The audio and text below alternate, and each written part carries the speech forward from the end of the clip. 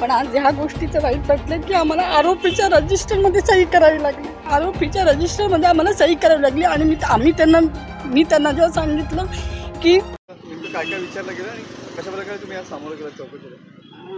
आज मला माझ्या व्यवसायाबद्दल माहिती विचारली, ती सगळी माहिती मी त्यांना पूर्ण केली. पण आज ह्या गोष्टीचं वाईट वाटलं की आम्हाला आरोपीच्या रजिस्टरमध्ये सही करावी लागली.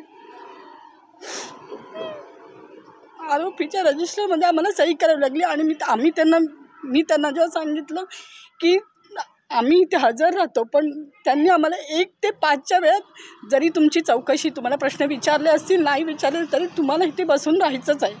म्हणजे 1 ते 5च्या वेळात आम्हाला कंपल्सरी 4 तारखेपासून 8 तारखेपर्यंत म्हणजे 1 वाजल्यापासून 5 वाजेपर्यंत इथे बसवून ठेवणार. त्यावेळेला आमची चौकशी होईल.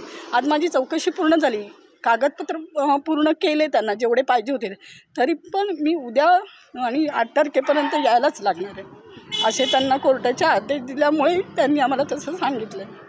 अँटी करप्शन कार्यालयाच्या वतीने आज दुपारी 1 वाजल्यापासून 5 वाजेपर्यंत माझी पत्नी आणि माझा मुलगा यांना चौकशीसाठी बोलवलं होतं. त्या पद्धतीने आम्ही कुटुंब या ठिकाणी आलो.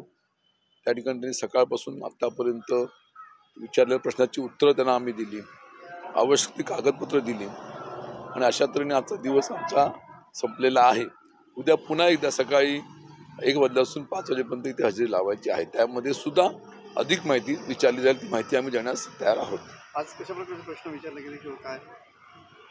आता आजच्या दिवसभरामध्ये माझी पत्नी अनुजा तिच्या व्यवसाय संबंधीचे, उत्पन्न संबंधीचे जे कागदपत्र होते ते त्यांनी आज त्या ठिकाणी माहिती घेतलेली आहे. आज तिची संपूर्ण माहिती पूर्ण झालेली आहे कागदपत्राची. उद्या सकाळीच्या वेळेमध्ये शुभमचं घेतलेलं असं मला अपेक्षित आहे.